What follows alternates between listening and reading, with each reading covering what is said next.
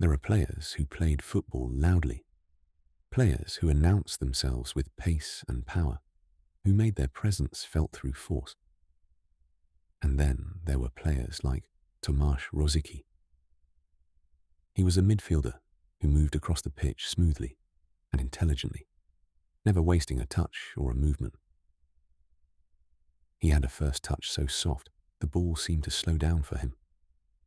He could pass short or long with the same calm accuracy, always choosing the right weight and direction. Fans and commentators across Europe eventually settled on a nickname that seemed to fit him perfectly. They called him Little Mozart, a nod to creativity, to elegance, to a kind of quiet genius that was easy to enjoy but difficult to explain. He played for Borussia Dortmund, where he helped win a Bundesliga title. He played for Arsenal under Arsène Wenger, in some of the most graceful football that club ever produced. He was the heart of the Czech national team for many years, a team that carried real quality in the early 2000s and played some memorable football at international tournaments. But tonight, we are not here for the highlights or the statistics. We are here to let his story settle around us, gently, the way football at its best always has. A story told slowly, calmly, from the beginning. So let yourself get comfortable now. Let your breathing slow. And we will begin at the beginning, in the city where Tomáš Rosický first opened his eyes. Prague in October 1980 was a city of old stone and quiet streets. The Vltava River ran through it, as it always had, carrying light on its surface in the afternoons and darkening to a deep, still blue as evening came. The city had its rhythms, trams running along their routes, the smell of autumn beginning to arrive in the trees along the boulevards, the sound of life, moving at a steady, unhurried pace. It was into this city that Tomáš Rosický was born on the 4th of October, 1980. His family was already connected to football. His father, Jiří Rosický, was a figure in Czech football, someone who understood the game not just as a spectacle, but as a craft, something to be studied and passed on. Growing up in a household where football was taken seriously shaped Tomáš in ways that would become clear only gradually, over many years. As a small child, he would have known Prague the way all children know their home city, through details, the texture of the streets near the apartment, the way light fell differently in the mornings than in the evenings, the particular sounds of a city that had stood for centuries. It was a comfortable, familiar world. And within that world, football was already beginning to take shape as the thing he cared about most. Czechoslovakia, as it was still known then, had its own deep football tradition. The national team had reached World Cup finals. Czech players had moved to the great clubs of Europe. There was a pride in the craft of the game, a belief that football could be played thoughtfully as well as athletically. Those ideas were in the air around young Tomáš from the very beginning. He began kicking a ball the way most boys do, informally, instinctively, without any particular plan, in courtyards, on patches of grass, with friends and family, on any surface that was available. What becomes clear, looking back, is that even at an early age, there was something about his relationship with the ball that felt natural, not forced, not laboured. The ball seemed to belong near his feet. Prague had football pitches scattered through its neighbourhoods, small grounds where youth teams trained, where fathers brought their sons on weekend mornings, where the game was passed down from one generation to the next. These were not glamorous places.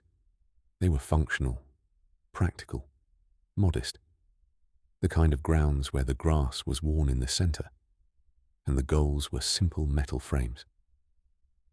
But they were where the game was learned, and they were where Tomáš Rosicky began to learn it properly. The route to Sparta Prague was a natural one for a talented young footballer growing up in the city. Sparta was the biggest club in Czech football, a club with history, with resources, with a tradition of developing young players and preparing them for the highest level. Their youth academy was where the best young talent in Prague eventually gravitated, and Tomáš found his way there. Training at a proper football academy is a different kind of experience from playing in the street or on a neighborhood pitch. There is structure. There are coaches with opinions and methods. There are other boys who are also talented, also determined, also learning. The competition is constant, but so is the opportunity to improve. At Sparta Prague's academy, the emphasis was on developing players who could think as well as run. Czech football had always placed value on technical quality, on players who could control the ball, who could find space, who could read the game. These were the things that Tomáš naturally gravitated toward. He was not the biggest or the most physically dominant. He was the one who understood where the ball needed to go before it arrived at his feet. He was the one whose first touch settled things rather than complicating them. Youth football is a long education. It is not only about the ball, it is about learning to work within a team, learning to manage the pressure of competition, learning to recover from setbacks and mistakes. Tomáš moved through those years quietly, developing steadily, building the qualities that would eventually mark him out as someone special. By the time he was approaching the senior squad at Sparta Prague, the people watching him already understood that he was different. Not loudly different, not in a way that demanded attention, but different in the quiet, consistent way that genuinely talented players tend to be, in the way they solve problems on the pitch, in the economy of their movement, in the reliability of their technique under pressure. Sparta Prague are a club with genuine European ambitions. They compete in Czech domestic football, but they also participate in European competition, and their stadium, the Letná, sits up on a hill above the city, looking out over Prague with a certain quiet authority.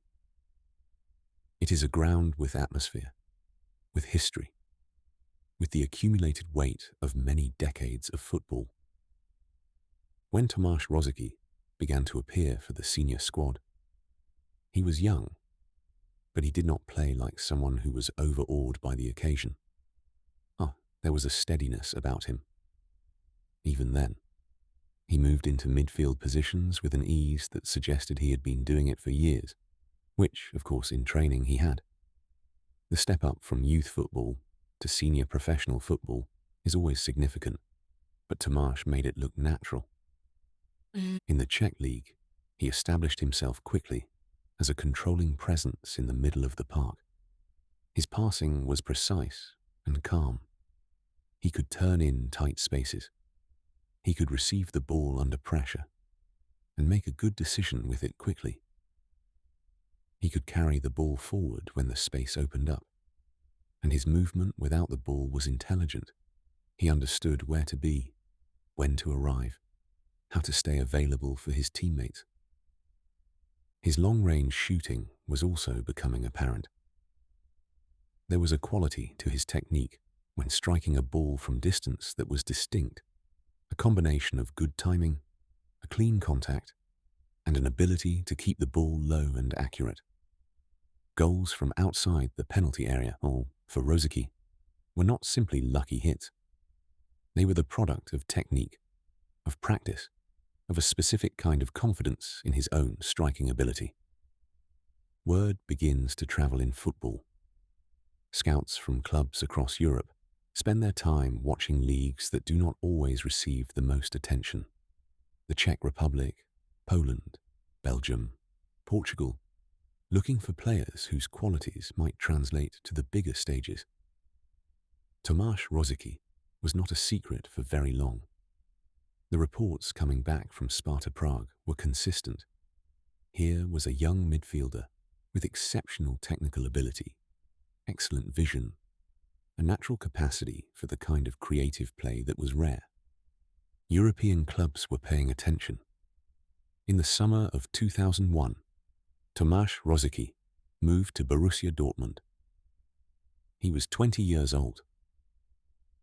Dortmund is a city in the Ruhr region of Germany, an industrial area with a strong working identity, a community that took its football seriously. Borussia Dortmund were, at that time, one of the most significant clubs in German football. They had won the Bundesliga. They had won the Champions League in 1997. They had Matthias Sammer and had built a team with genuine European quality.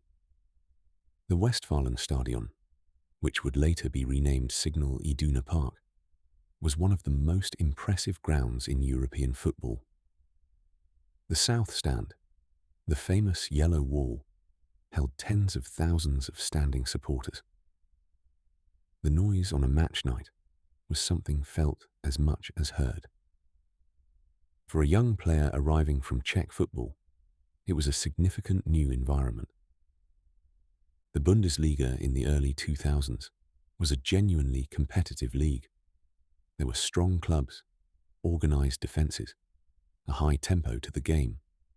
It demanded technical quality, but also physical endurance, the ability to play at pace over the course of 90 minutes. Tomáš Rosický adapted to it calmly. His first season at Dortmund, 2001 to 2002, ended with the club winning the Bundesliga title. It was a significant achievement, and Rosicky was part of the squad that delivered it. The title came under the management of Matthias Sammer, who had moved from playing into coaching and had brought the same disciplined intelligence to management that he had shown as a player. Rosicky's role in that title season was that of a creative midfielder, someone who connected the defensive work of the team with its attacking intent. He was not yet the dominant figure he would become over the following seasons, but he was contributing. He was developing, and he was settling into the rhythms of German football with the kind of quiet assurance that made coaches and teammates notice him. Over the following seasons at Dortmund, Tomáš Rosický became one of the most admired midfielders in the Bundesliga. His performances had a consistency to them, not flashy, not erratic, but reliable and genuinely creative. When he was on the ball in midfield, the team had more options. His ability to find a pass into tight spaces, to weight the ball perfectly for a forward run, to switch play from one side to the other with a single clean touch. These were qualities that made the players around him better. His movement was one of the things that separated him from many other midfielders of his era. He did not simply receive the ball and turn with it. He arrived at the ball already in motion, already knowing where the next action was going to take him. There was a fluency to the way he played, one action flowing into the next without hesitation or awkwardness. It was football played with a kind of natural rhythm that was pleasant to watch even from a distance. The nickname Little Mozart had become attached to him by this point. It was not an official designation, nicknames never are, but it circulated widely enough among German supporters and football writers that it began to feel like a permanent part of how he was described. It captured something real. Mozart, after all, was known not just for technical brilliance, but for a kind of effortlessness, the sense that the music arrived naturally, without strain. That same quality was visible in Rosicky's football. He made the game look easier than it was. He made complexity look calm. In the UEFA Champions League, Dortmund competed in those seasons with some success, and Rosicky experienced the particular atmosphere of European nights. Games against the biggest clubs on the continent, played in full stadiums, with a different quality of intensity to the domestic league. He carried himself in those games with the same composure he showed on Bundesliga weekends. The occasion did not appear to change him. He simply played his game at his pace, with his quiet intelligence. His long-range goals became something supporters anticipated. When he carried the ball forward and space opened up ahead of him, there was a feeling among those watching that something might happen, that the shot, if it came, had a good chance of being something worth remembering. He scored goals from outside the area with a clean, low strike that was difficult for goalkeepers to deal with. It was not just the power, it was the placement, the timing, the confidence of the contact. Alongside his club career, Tomáš Rosicky was becoming increasingly important for the Czech Republic national team. Czech football had been rebuilding its identity after the Czechoslovakia split in 1993, and by the early 2000s, there was genuine talent in the national squad. Players who went on to have significant careers in European football. A team that, when it came together at tournament level, was capable of playing attractive and effective football. Rosicky was central to that team. He operated from midfield with the same qualities he showed at club level. Creative, composed, technically assured. His ability to control the rhythm of a game was exactly what a national team needed in a player positioned between defense and attack. He was the one through whom the team's best football tended to flow. The Czech Republic qualified for UEFA Euro 2004, held in Portugal. It was a tournament that would bring together many of Europe's best national teams, and the Czech squad arrived with some genuine quality and a collective belief that they could perform well against the strongest opposition. Euro 2004 is remembered as one of the more surprising and enjoyable European championships in recent memory. The competition had moments of genuine quality, upsets that nobody predicted, and several teams who played with real freedom and intent. The Czech Republic performed with distinction. They qualified from their group, and the team showed the kind of technical quality and attacking intent that made them pleasant to watch. Rosicky was one of the prominent figures in that performance, a midfielder who could affect games positively, who could produce moments of quality when the pressure was highest. He scored in the tournament with the kind of long-range goal that had become his signature. The technique was precise. The approach, the body shape, the contact, the trajectory. It was the goal of a midfielder who had practiced that kind of strike for many years and who trusted his own ability to execute it in a big moment. Goals like that tend to stay in the memory of people who saw them. They have a completeness to them, not a scramble in the box, not a deflection, but a clean, purposeful act of football. The Czech Republic's tournament campaign came to an end, but the team had demonstrated that they belonged among Europe's better national sides, and Rosicky had demonstrated that he belonged among the tournament's better individual performers. His reputation grew accordingly. By the mid-2000s, Tomáš Rosický had become one of the more coveted midfielders in European football. He had spent 5 seasons at Borussia Dortmund and had given consistent, high-quality performances. He had won a Bundesliga title, he had played regularly in the Champions League, and he had built an international reputation that extended well beyond the German league. The summer of 2006 brought a significant change. Arsène Wenger and Arsenal came calling. Arsenal at that time were one of the most technically minded clubs in English football. Wenger had transformed the club in the years since his arrival in 1996, introducing a style of play built on technical quality, fluid passing, intelligent movement. He had assembled squads that played football in a way that many people considered the most aesthetically pleasing in the Premier League. Players like Thierry Henry, Robert Pires, Patrick Vieira, Cesc Fabregas, the names that passed through Arsenal in those years, were consistently associated with quality and elegance. Rosicky's qualities, his technique, his vision, his ability to play in tight spaces, his composure in midfield, aligned naturally with what Wenger valued. The move to Arsenal was, in a certain sense, the move that felt most logical for a player of his type. He arrived in London at the age of 25. The Emirates Stadium, Arsenal's new home, had just been completed. A large, modern stadium that would eventually become the backdrop to many years of his football. Moving to a new country, a new league, a new language is always an adjustment. The Premier League had a different physical tempo to the Bundesliga. Defenders were aggressive. The schedule was demanding. The intensity of each match tended to be high. Rosicky settled into his new environment with patience. He did not arrive expecting to immediately dominate.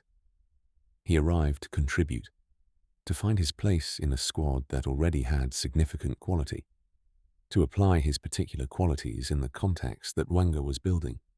In those early seasons at Arsenal, when he was fit and available, Rosicky showed exactly why Wenger had brought him.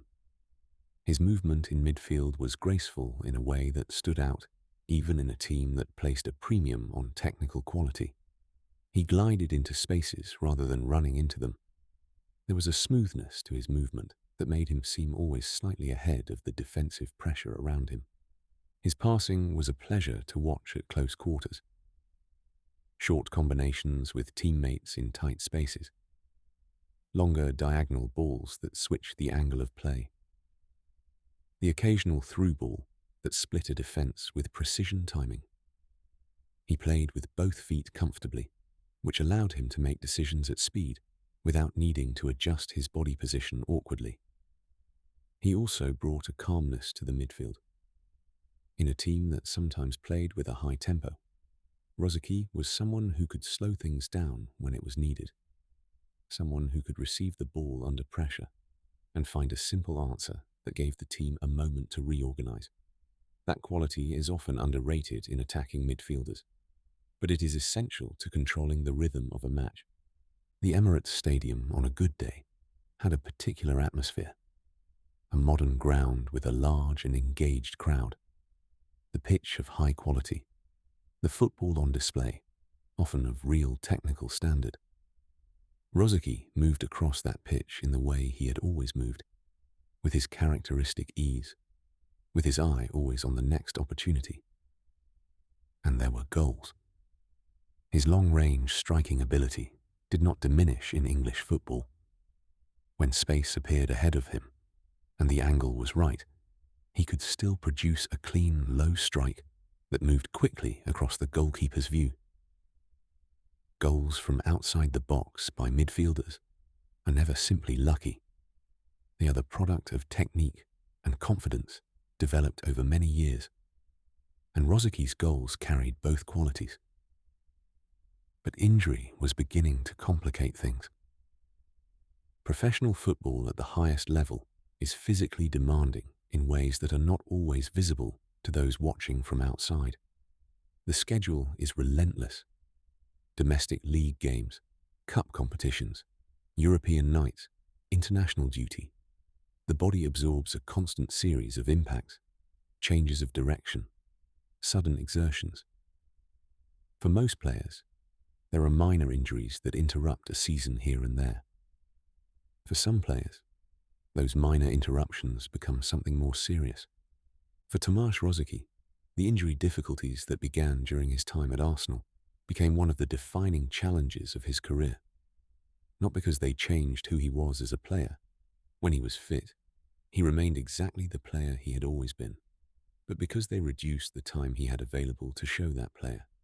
A serious injury in 2008 kept him out of football for an extended period.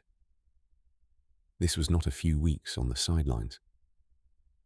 This was a prolonged absence from the game, months of rehabilitation, of working with medical staff, of the slow and sometimes frustrating process of returning a body to the condition required for professional sport. The period from 2008 to 2010 was particularly difficult in terms of his availability. He was at a club where he had established himself and where his qualities were genuinely valued. But he was spending long stretches of time away from the first team, watching from the sidelines, working in the training ground, managing his recovery with the care and patience that long-term injuries demand. This is a part of professional sport that is rarely discussed in detail, and rightly so. It belongs to the private side of an athlete's experience. But what can be said is that returning from serious injury at the highest level requires something that is not physical. It requires a kind of mental steadiness, the ability to stay focused on the work when the results of that work are not immediately visible, the ability to maintain belief in your own qualities when the pitch is far away, and progress is measured in small increments. Rosicky showed that steadiness. He returned to football. He returned to Arsenal's first team. And when he returned, he played as he had always played, with the same grace, the same composure, the same intelligence. The years that followed his return were a period of careful contribution rather than sustained dominance. He was not always available for extended runs of games, but when he was available, when the body allowed him to be on the pitch, he was still capable of producing the kind of football that made it clear why he had been regarded so highly. Wenger managed him carefully, which was the right approach. Not every game was appropriate for a player whose body had shown its vulnerabilities. But in the games where he did appear, Rosicky brought experience and quality that the younger players around him benefited from. There is something particular about an experienced player who has been through difficult times and come out the other side. There is a calmness that arrives with experience, not complacency, not indifference, but a settled understanding of the game and of your own role within it. Rosicky carried that quality. He understood, perhaps better than he had in his younger years, the value of each moment on the pitch. He was not someone who wasted possession or energy unnecessarily. Every action had a purpose. His influence within the squad was also significant in ways that did not always show up in performance statistics. He had been at Arsenal for long enough to understand the club, to know the training ground, to know the rhythms of Wenger's preparation.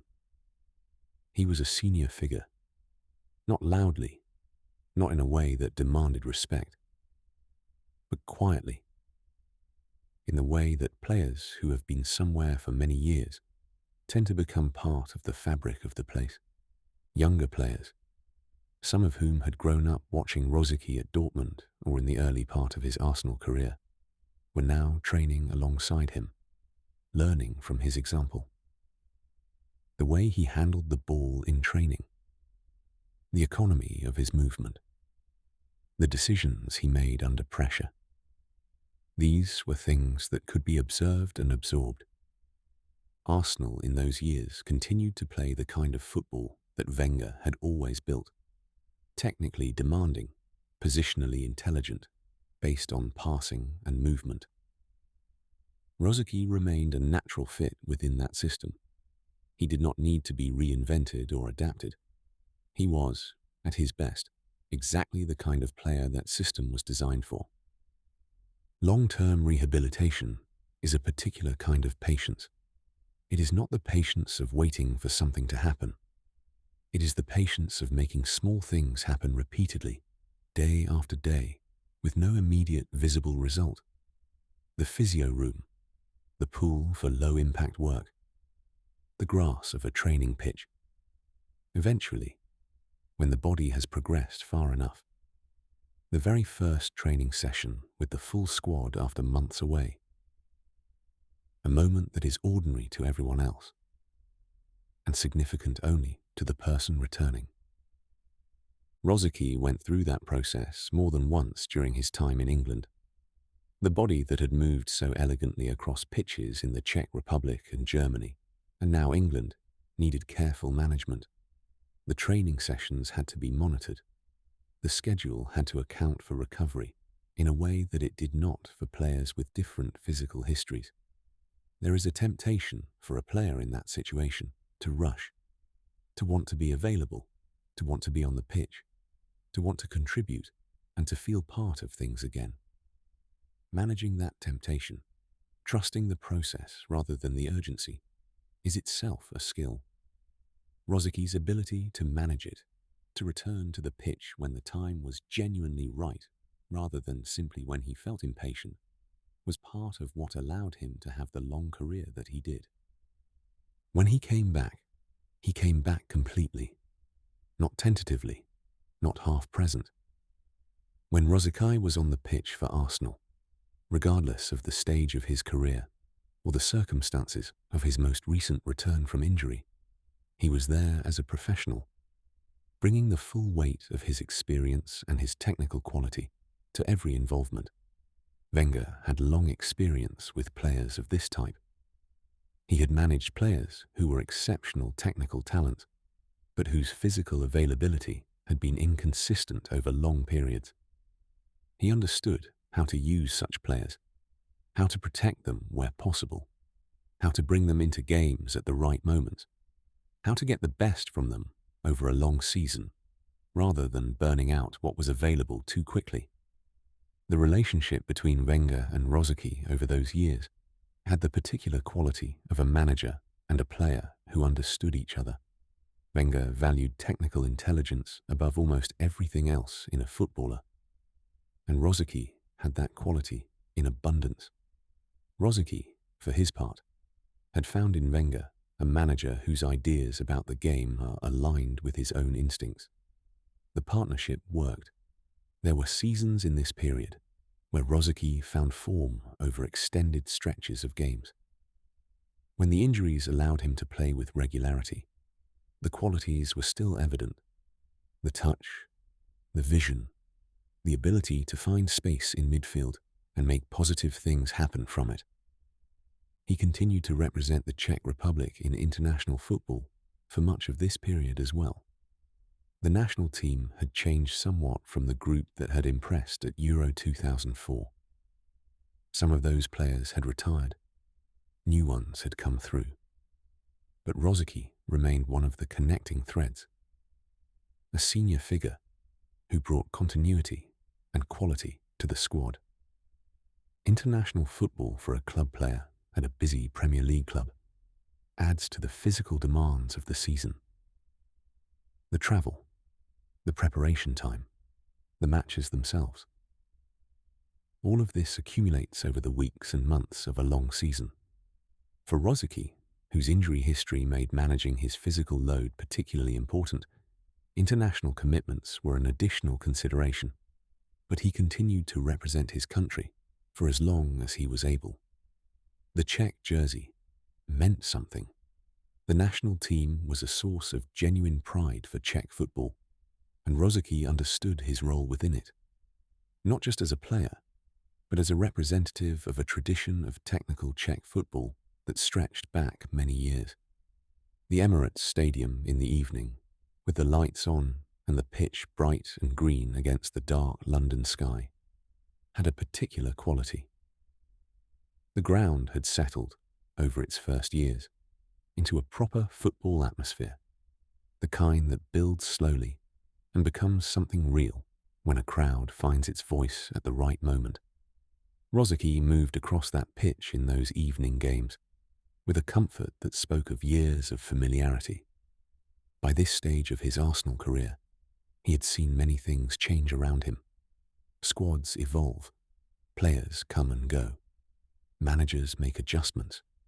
The football world moves continuously. What remained constant was the pitch, the ball, and the particular way Rosicky moved with it. His dribbling had always been one of his more enjoyable qualities to watch. It was not the explosive, direct dribbling of a player who could simply outrun a defender with speed. It was more subtle than that. A series of small adjustments, a change of pace, a feint that shifted a defender's weight just enough to open a half space. He did not always take the direct route. He understood that the most useful kind of dribbling in a crowded midfield was the kind that created passing angles, that moved opponents out of position to make the next pass easier for a teammate. This is football intelligence of the kind that develops slowly and that cannot be taught directly. It comes from years of playing, from thousands of small decisions, from a gradual accumulation of understanding about space and movement and timing.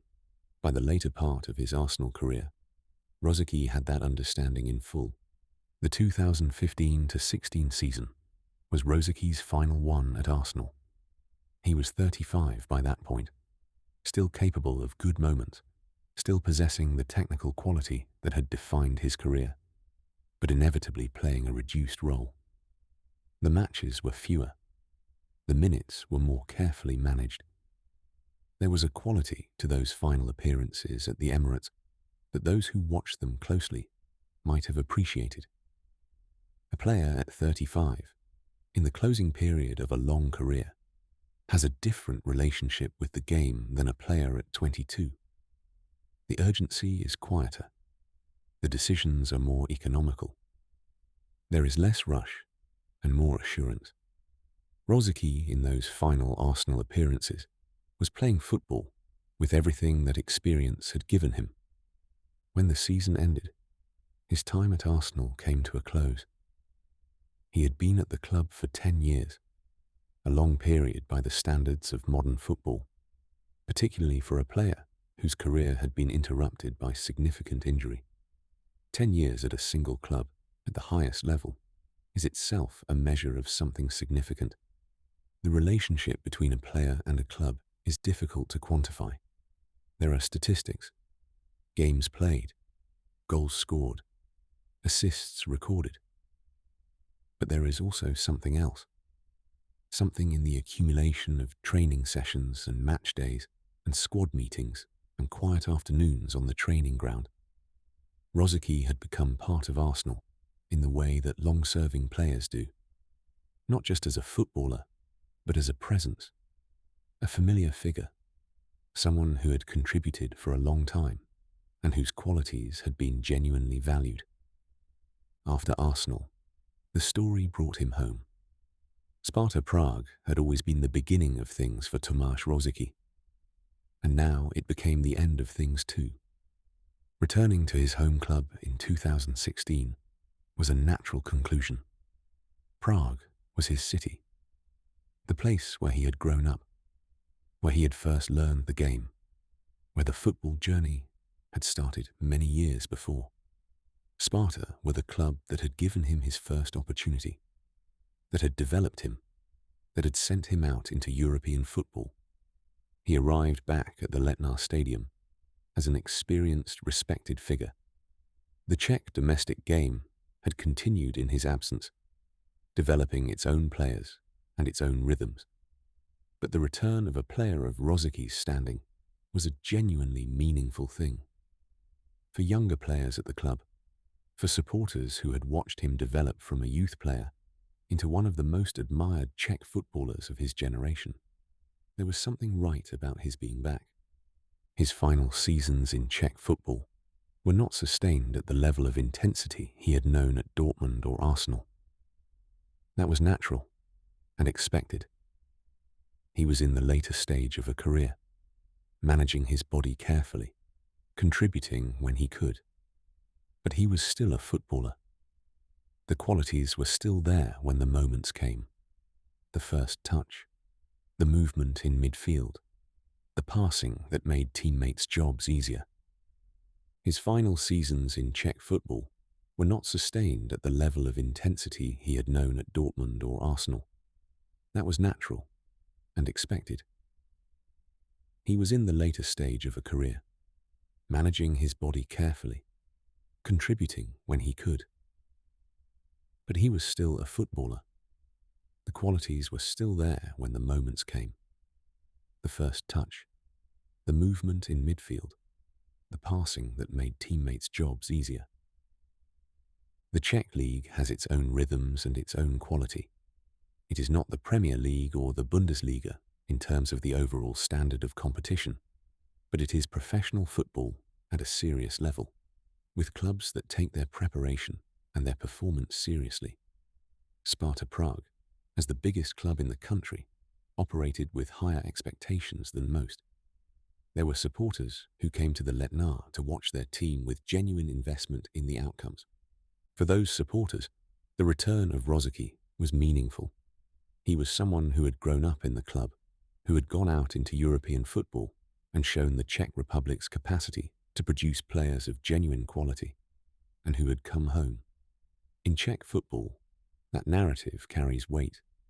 He trained on the same kinds of pitches he had trained on as a boy. Czech surfaces, Czech grounds, the familiar environment of a football life that had started and was now finishing in the same city.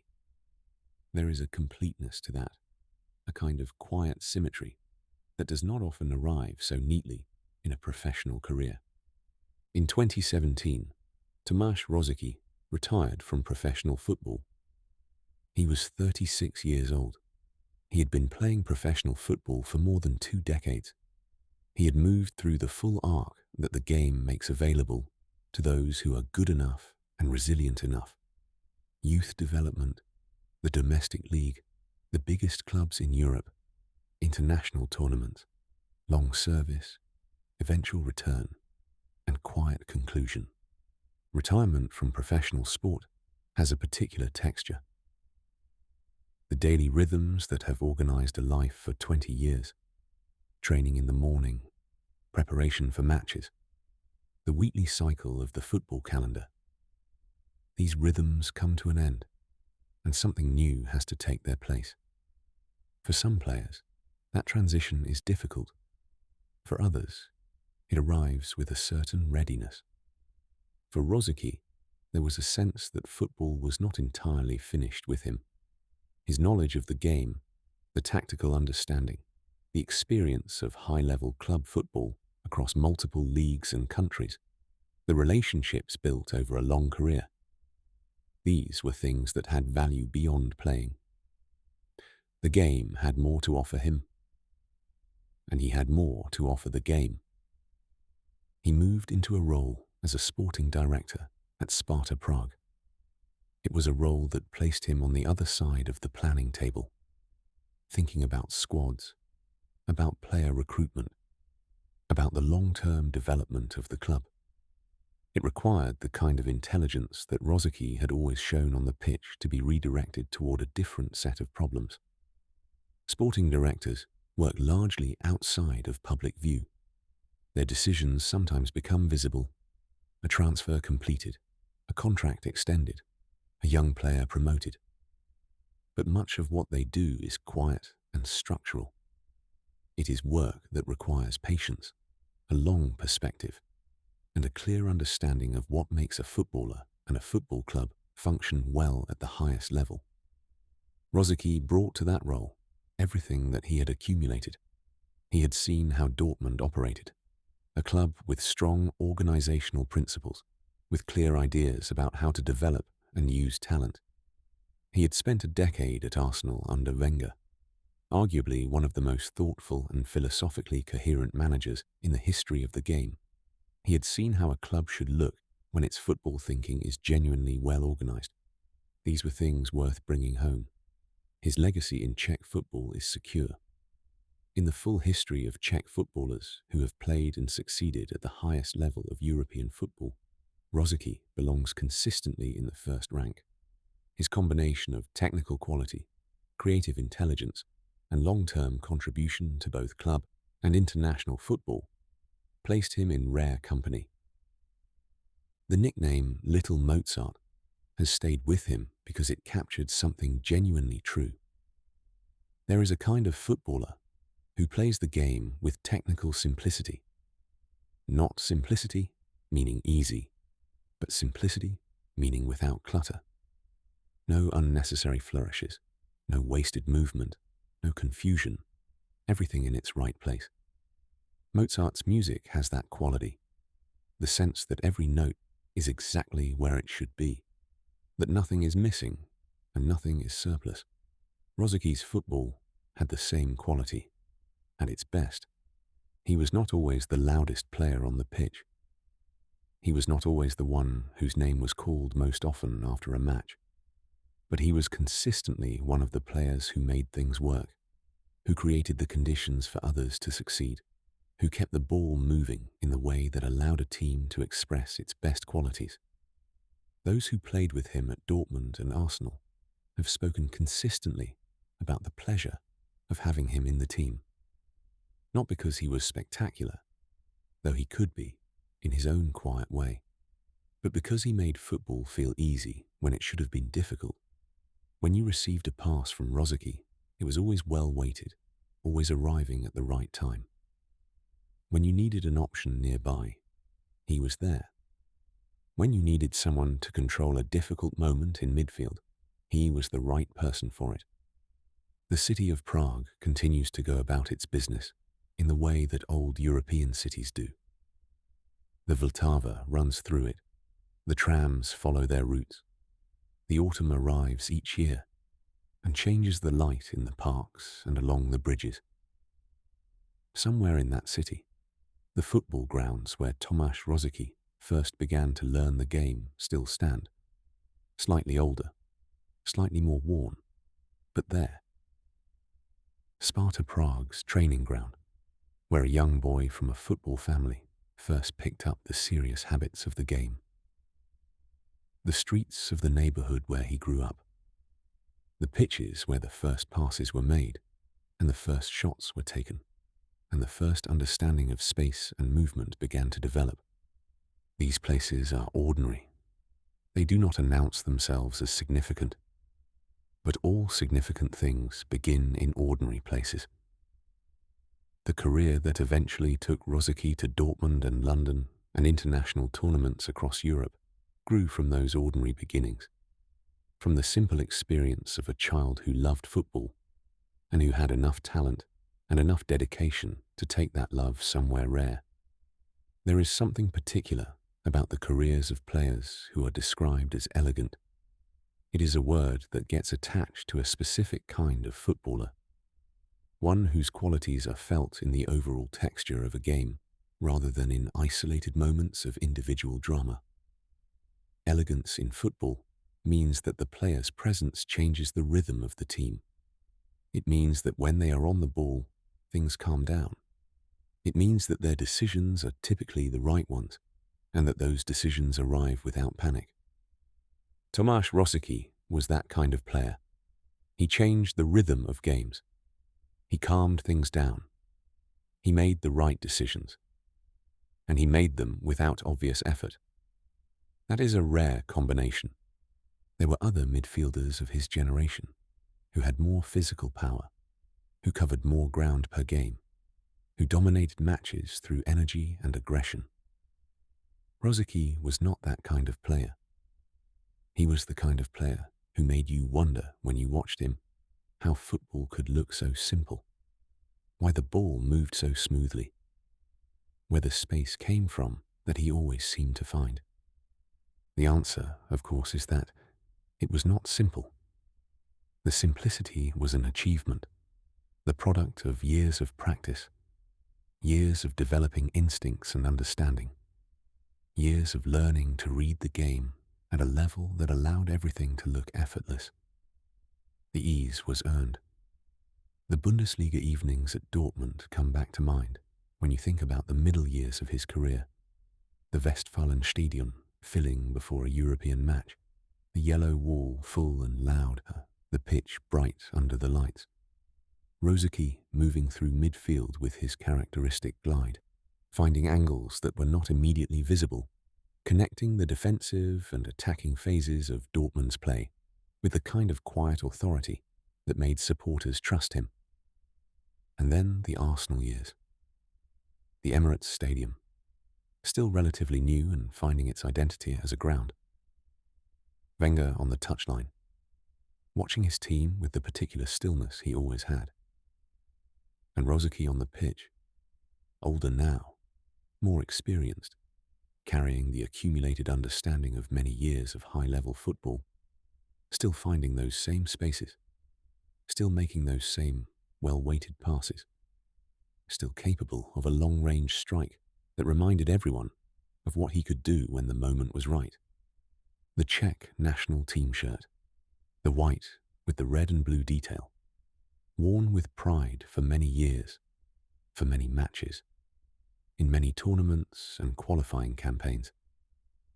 Rosicky was a constant in that team for a long time, long enough to see teammates arrive and depart, long enough to move from young contributor to senior figure, long enough to be one of the defining Czech players of his era. Let the story slow now. The football grounds are quiet for the night. The training pitches are empty, the grass holding the last light of a fading afternoon. Somewhere in Prague, the city moves through its evening routines. The trams, the lights along the bridges, the river running steadily through the middle of it all. The career of Tomáš Rosický is settled now, complete. The games played, the goals scored, the passes threaded through defences that could not quite track the thinking behind them. The Bundesliga title with Dortmund, the 10 years at Arsenal, the goals at international tournaments, the quiet moments in training when the technique was on display and there was nobody watching except the people who needed to see it. It is a career that does not need to be embellished. It stands well on its own. A long, carefully accumulated body of work by a player who understood football at a deep level and who had the technical gifts to express that understanding consistently at the highest level. The nickname Little Mozart will stay. It is too accurate to fade. The comparison to the composer is not about genius in the grand, dramatic sense. It is about a particular kind of fluency, a particular kind of ease with a demanding craft. Mozart's music does not strain, it does not push, it flows. And at his best, when the body allowed and the opportunities came, Tomáš Rosicky's football did the same. Let your breathing settle now. The story is coming to its gentle end. The football fields of Prague in the early morning. The quiet of a training ground before the players arrive. The sound of a ball rolling across a well-kept pitch. That smooth, steady roll that football makes when the surface is good and the contact was clean. These are the sounds that accompanied a career. Not always the sounds of big stadiums and loud crowds, though those were there too, but also the smaller, quieter sounds, the everyday sounds of a footballer's life. Ball at feet, movement across grass, the soft thud of a clean strike, the sound of a well-weighted pass reaching the foot of a teammate exactly as intended. Tomáš Rosický played football for the love of it, with the ability that had been with him since childhood, refined over many years into something that the people who saw it at its best could not quite describe without reaching for comparisons to other kinds of art. He gave that quality to the game for as long as the game allowed him to, and then he stepped away from it with the same quiet composure he had shown throughout. It is enough to simply rest with that. A life in football lived well. A craft practiced with genuine dedication. A career that moved from Prague to Dortmund to London and back to Prague. A full arc, a complete story, told quietly and without unnecessary noise. The way he would have wanted it. Close your eyes now. Let the city of Prague settle round you in the imagination.